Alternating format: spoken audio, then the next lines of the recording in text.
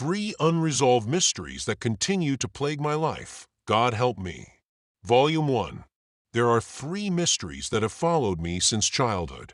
They have grown up beside me, changed hairstyles, learned new words, and gotten jobs, but they have never left me.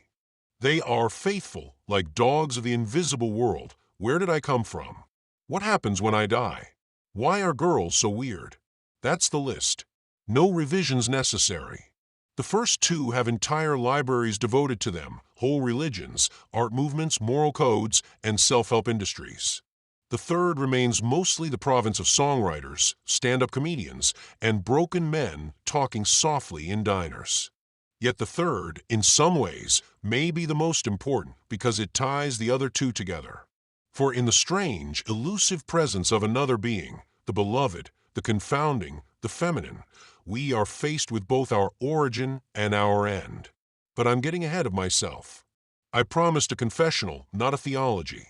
So let me begin with the first question and keep my sense of humor while I still can.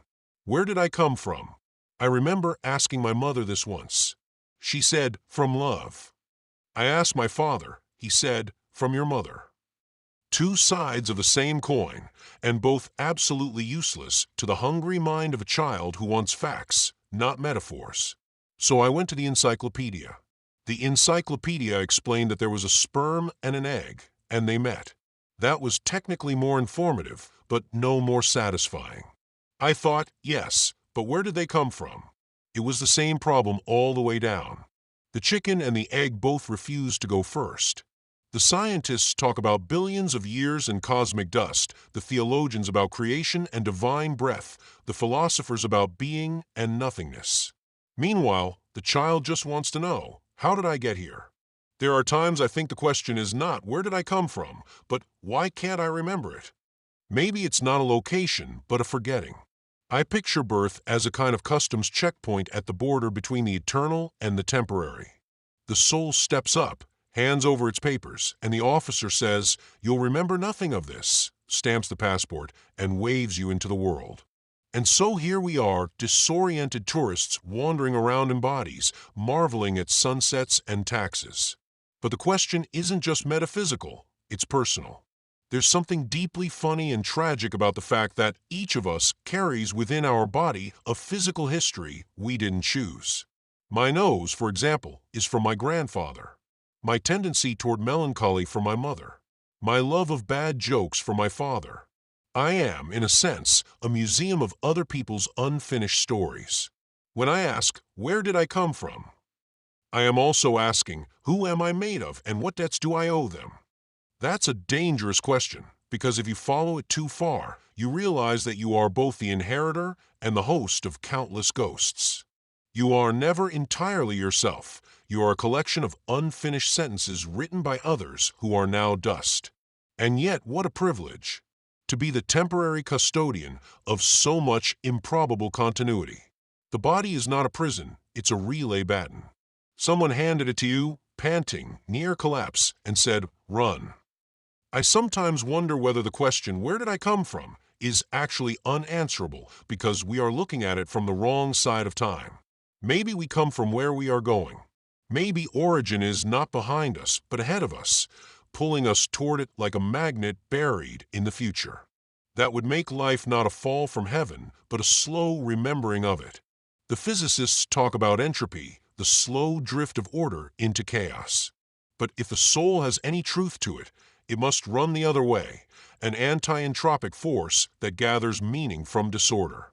Perhaps that's what consciousness is, the universe trying to wake up and remember what it once was before it exploded into everything. And maybe that's where I come from, an ancient forgetting that occasionally, through laughter, pain, or love, remembers itself. Now for the second question, what happens when I die? This one has been whispered about in every civilization that's ever existed. Some say you sleep, some say you rise, some say you dissolve into light, some say you get recycled like a milk carton. Personally, I've always suspected that death is like waking up in a hotel room and realizing you have no idea how you got there and no wallet, but the coffee machine works. I envy people who claim certainty about death. They sound like they've been there and back, as if they checked the Yelp reviews. The rest of us have to live with not knowing, which is, if you think about it, a kind of exquisite torture. You know the play is going to end, you just don't know when, and you don't know if there's an after party. Still, there's something liberating about not knowing. Death makes us honest. Erases pretense faster than bankruptcy or love. Every ambition, every rivalry, every petty complaint about the Wi-Fi dissolves when you remember that the whole thing is temporary. The problem is that we forget this about every 15 minutes. The awareness of death fades just enough to let us complain again. If I am honest, my fear is not death itself, but unfinished business. The books I didn't write, the apologies I postponed, the friends I never called back. It's not non-existence that terrifies me, it's incompletion. Death is not a curtain, it's an abrupt bell at the end of a symphony that still had 3 movements left. There are theories, of course. The religious ones I already know. Heaven, hell, reincarnation, cosmic recycling. But none of them address the intimate absurdity of it. You spend decades assembling a personality, curating opinions, learning to make a decent omelet, and then poof.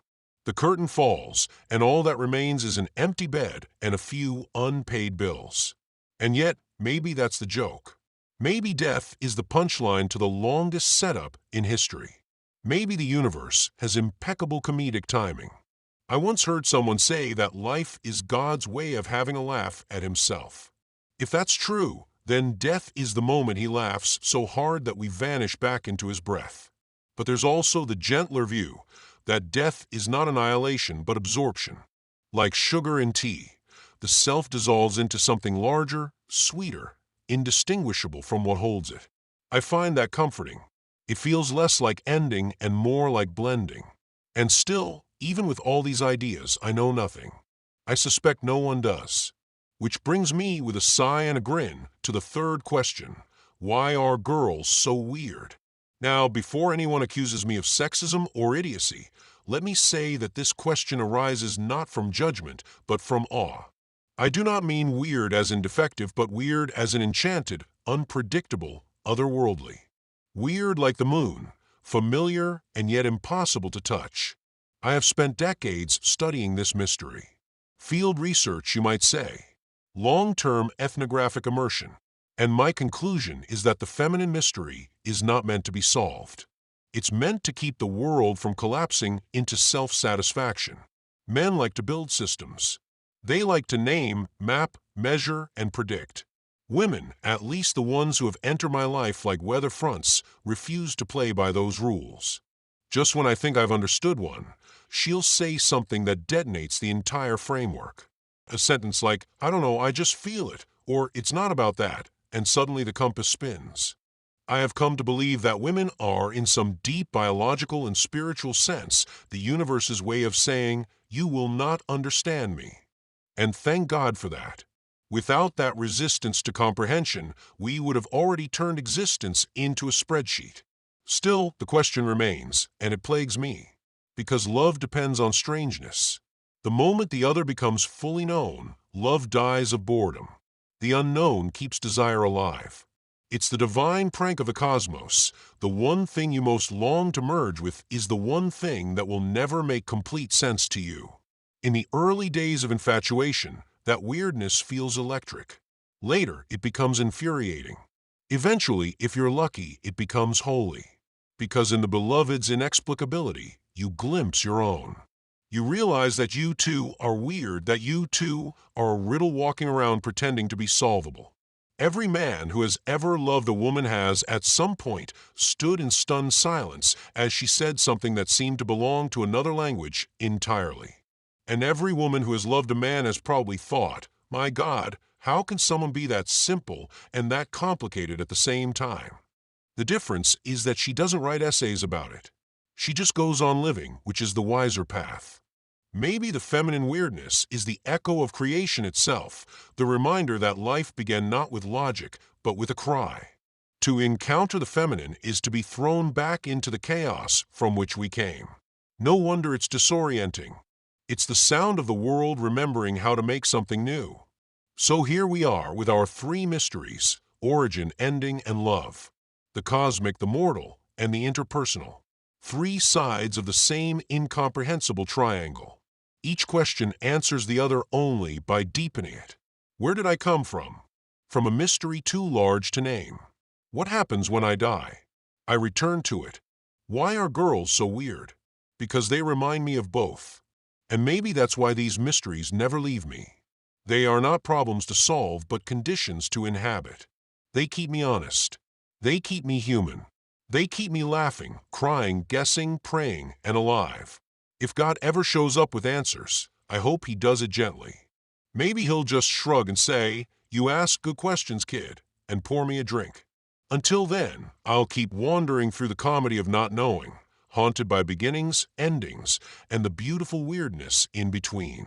God help me indeed.